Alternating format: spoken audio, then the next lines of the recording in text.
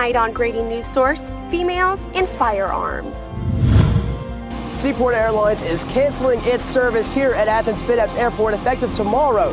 Why that's not the end of commercial airline services. They touched a lot of lives.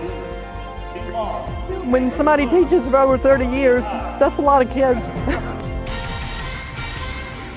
This is Northeast Georgia's only local source for TV news. From the Grady College at the University of Georgia, this is Grady Newsource. Good evening and welcome to Grady Newsource. I'm Brittany Lai. And I'm Jordan Lee. It's great to have you with us on this dreary day. If you're feeling a little sluggish, it might be the wet weather. It's been over 2 weeks since it last rained. Our student meteorologist Molly McCullen was out there earlier today and has the average rainfall for you. Well, it's still raining outside and it's been raining all day, basically just that pesky light drizzle. And unfortunately, that's really not going to amount to much, basically about 1/4 of an inch for the entire day, not the rain that we were hoping for. So far this year, we've had about 34 inches of rain. 46 is about the normal. So we have a 12-inch deficit for the entire year. Next up, we'll look at how that's affecting local farmers. And later on the show, we'll look at our 5-day forecast and how rain is going to be coming back. Local farmers who raise crops for Athens farm-to-table restaurants have found a way to combat the drought. And because of their measures, the owner from at least one local cafe says that she has no plans to change her menu because of the crop shortage. The co-owner of a local Day Springs farm, Nathan Bryant, told us he tackles the drought. We do a lot of irrigation, but it's a lot of really good planning, knowing about your crops, knowing what they can handle, and knowing traditionally what to expect as far as rainfall. This means farm-to-table restaurants like Heirloom Cafe and Fresh Market get their food from farms like Dayspring and don't have to revamp their menus or compensate for the rain. Today is the second to last day that flights from Seaport Airlines will come out of the Athens Ben Epps Airport. It's not the decision that the local airport wanted, but it's the one they got. Reporter Andrew James joins us in the newsroom. Andrew, you heard that the airport still has some good news coming out of this. That's right, Jordan. Seaport Airlines is on the way out. A new airline could be on the way in. For right now, customers are not very happy with the airline service's closure, and they felt like they weren't really informed that much about the airlines to begin with. It was the first flight from Nashville to Athens for longtime Athenian Tina Guthrie. As soon as she bought her ticket, she got the news. And I found out it would be the last flight from Nashville. There still are 3 more flights left for the commercial airliner that averages only 2 flights a day to and from Ben Epps Airport. Guthrie believes there could have been greater efforts to popularize the service. You know, I think it was advertised. I don't think many people knew that it was even available. Now her option is to drive to Nashville, 6 hours in a car, but she's exploring those options. I'll look into a bus or see if there's a train. Guthrie was surprised when we told her that the airport could replace Seaport Airlines. We spoke with airport manager Tim Beggerly over the phone, and he says, quote, the commercial traffic was the minority traffic at the airport regarding Seaport Airlines. The airport already has a subcommittee talking with a potential commercial service to move in March. Business airline services such as this one behind me are really the heart of Athens Ben Epps Airport, with over 125 touch-and-go flights a day. It was a matter of not meeting the passenger quota that led the service to lose funding. But for passengers like Tina Guthrie, it's not the end to a commercial airliner in Athens.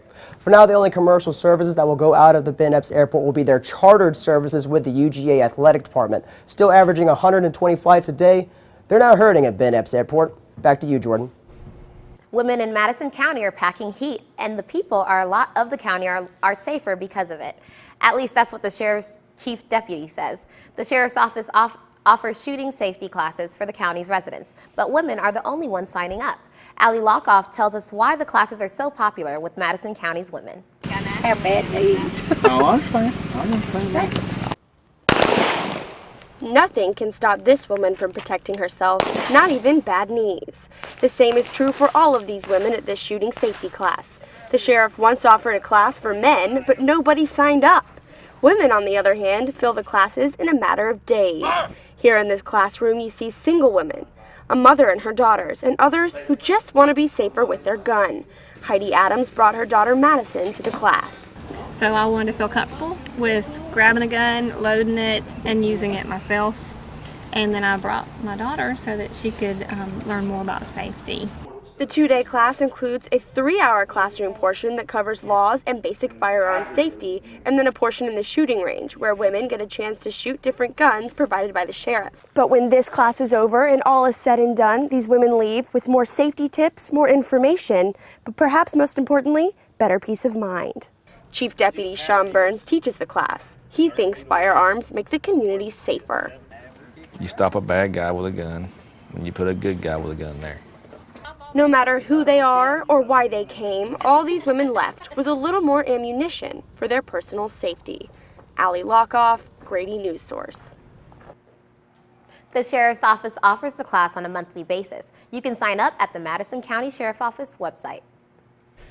One state program has saved taxpayers about $50 million, reduced the state prison population, and is giving drug offenders a second chance. It's all done through the Accountability Court program.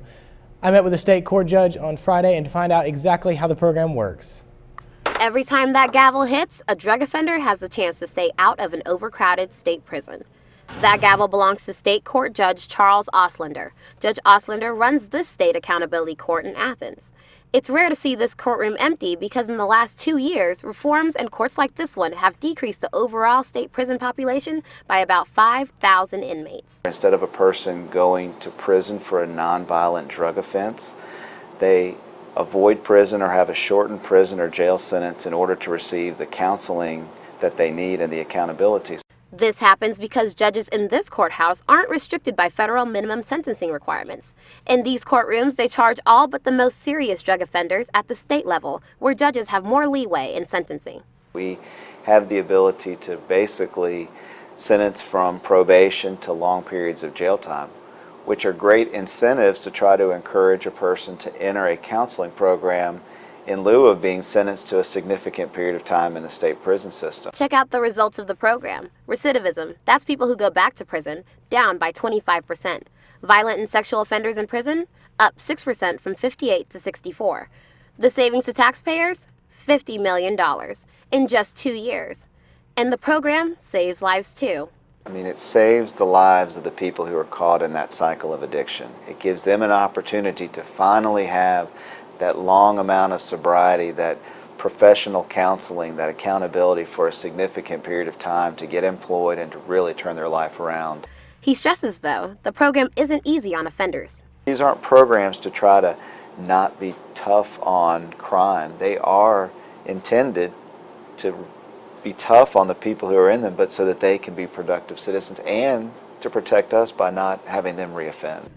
Oslander says the real success for the prisoner and the community becomes obvious at graduation. I think anyone who witnesses that transformation would understand the value that saving a person in this manner versus sending them to prison would have. Oslander says the program has a success rate of about 80%. So Brittany, how was meeting with the judge? It was a lot of fun, actually. I learned a lot about the state prison system. But today is International Coffee Day. That probably delights a lot of you coffee drinkers since National Coffee and Breakfast chains are giving away free coffee. Lines formed early this morning as people waited for their free cup of joe. Some of the local shops giving away coffee are Dunkin' Donuts, Krispy Kreme, and McDonald's. Other chains like Starbucks are giving away coupons and other promo deals. Local chain Jittery Joe's did not take part in the national promotion.